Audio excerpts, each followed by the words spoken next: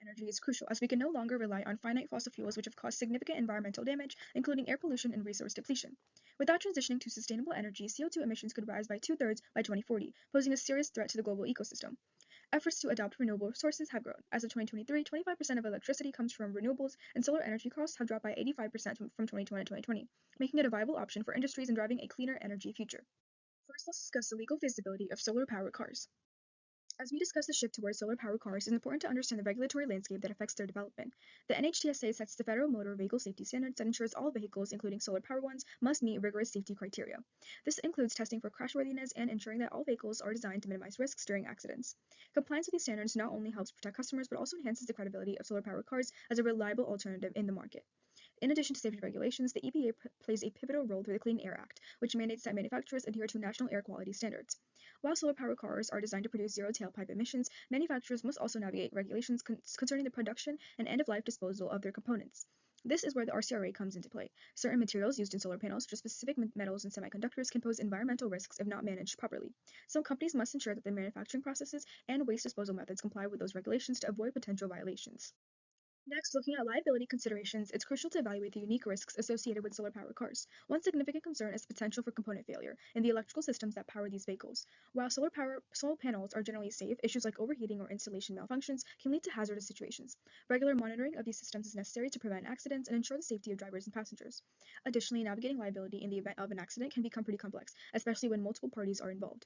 The UCC governs transactions, including aspects like product liability and warranties. If an incident occurs, determining fault could involve assessing the roles of the manufacturer, solar panel supplier, or installer.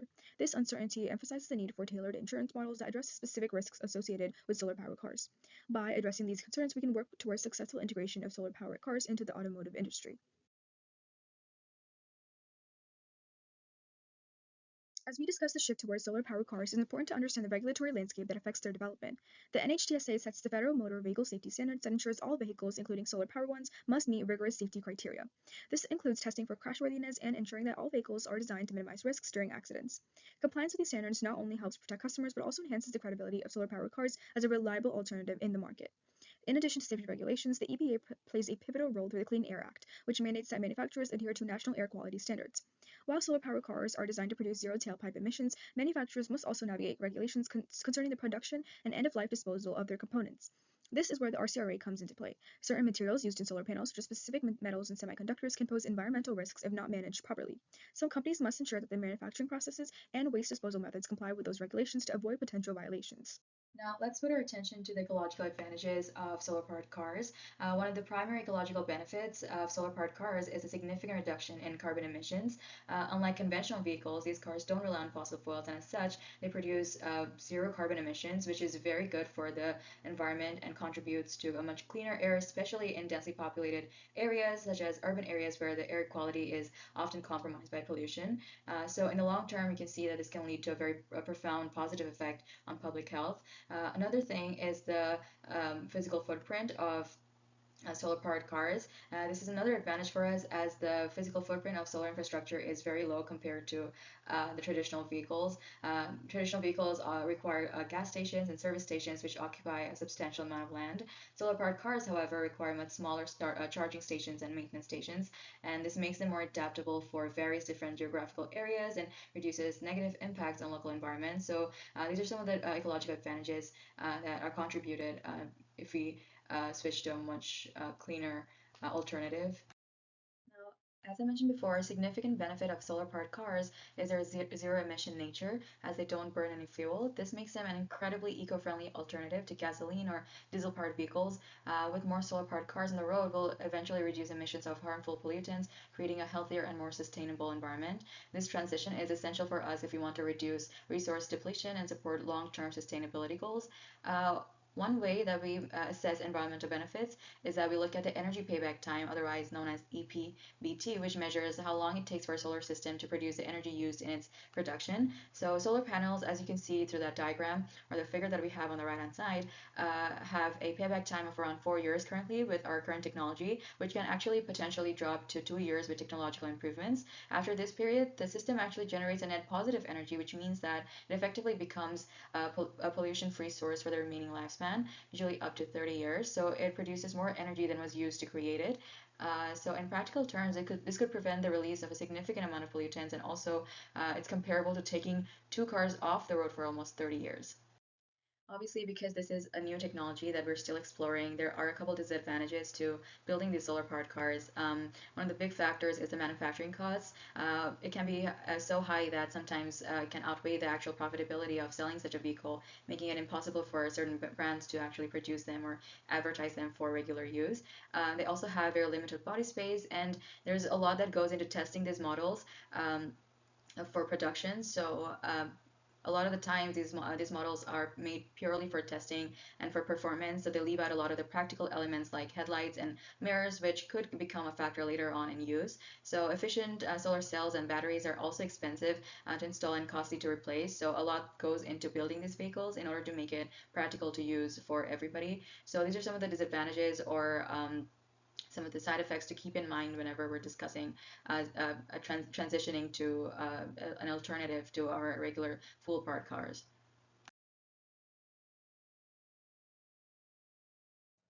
So I'll be going over the technical feasibility of solar-powered EVs or electric vehicles. So one of the big things to start with is how are we going to define solar-powered electric vehicles? Is it just going to be EVs as we have them today, and they're just going to be charged up using solar power, or is it going to be solar cells like integrated within the car design? So we're going to be more so going with the second definition, which is integration of solar cells into the car structural design. So there are a handful of companies, startups, and more well-known car companies that have started looking into this, and that's Aptar Motors, Atlas Motor Vehicles, Fisker, Lightyear One, Sonar Motors, as well as Hyundai, Tesla, and Toyota. So they, as I've said, like they already exist to like a certain extent. Lightyear One has a feature that has enough energy to cover an average of more than 70% of annual mileage. However, Lightyear One did end up, I think, filing for bankruptcy, but now they have started up again and they're creating products for other manufacturers. So it shows us that like the technical aspects are there, it's just money more so that is a problem. And so one of the big things is that if we can create solar run cars successfully, they're going to be running for a lot longer, having to charge up for a lot less. And the next slide, I'll talk about more details about the technical feasibility. So going into the finer details of the technical feasibility and its issues for solar-powered EVs is, let's take the stance that we're going to look at just the integrated cells into the structure of a car. So then we have to look into like the surface area and the angles, right? Different parts of the world are going to have different angles of sunlight, and we're going to have different hours of sunlight, which means if we only have solar cells on the top of the car, that's not going to maximize like the surface area, and that's one of the main components of this, which means we have to figure out new materials and manufacturing methods in order to have those solar cells like on the sides of the car or over like more curved surfaces. So one of the favored methods right now is injection molding. And so we have to have these molded into like carbon fiber or glass or polycarbonate sheets in order to create these curved surfaces. Another issue to consider is storing electricity. Most EVs are using lithium ion batteries, and in extreme cases, these can explode. This is, however, not a huge concern considering there are already EVs out there, and this hasn't been like an overwhelming issue that's been like recalled. Another huge issue that comes into this is totally outside like technical control, which is the unpredictability of the sun. However, we can control for this effect. It means that we're going to have more ways of storing electricity so that in weeks or months that there is less sun or that it's like really rainy, you have that electricity stored up so that for that someone's daily commute, they do have enough energy to, get to wherever they need to and back. So overall, while there are some issues or like more so technical challenges that would need to be addressed before a like car can be fully solar like powered, there is a lot of feasibility here, especially considering we see these startup companies that already have like the beginnings of these designs where they might not be 100% like solar run, but they are somewhat there. And that means we have the technical ability to do so. We just have to really focus on the efficiency of these different components. And especially considering the sun has so much energy, if we can just increase the efficiency of these cells, that's going to increase the likelihood of this becoming an actual fully run product. Hello, I'm Michael Kiro, and I'm going to be doing the economic feasibility for a solar-powered car. We're going to be capital expenditures is like the initial capital required to get the project started, such as covering the research and development and the manufacturing. The manufacturing is going to consist of as buying the land and all the equipment necessary. Variable cost is going to be the expense that's in proportion of how much the company sells and produce, such as the tires, the raw materials, the wheels, batteries, and the solar panels in our case. There's like a rough estimate that uh, it'll be $18,000 because I'm trying to base this off of like the Tesla Model 3, and they take about 18,000, but it would probably cost more. Fixed cost. Fixed cost is the expense that that does not change when a number of goods is like sold. basically the exact opposite.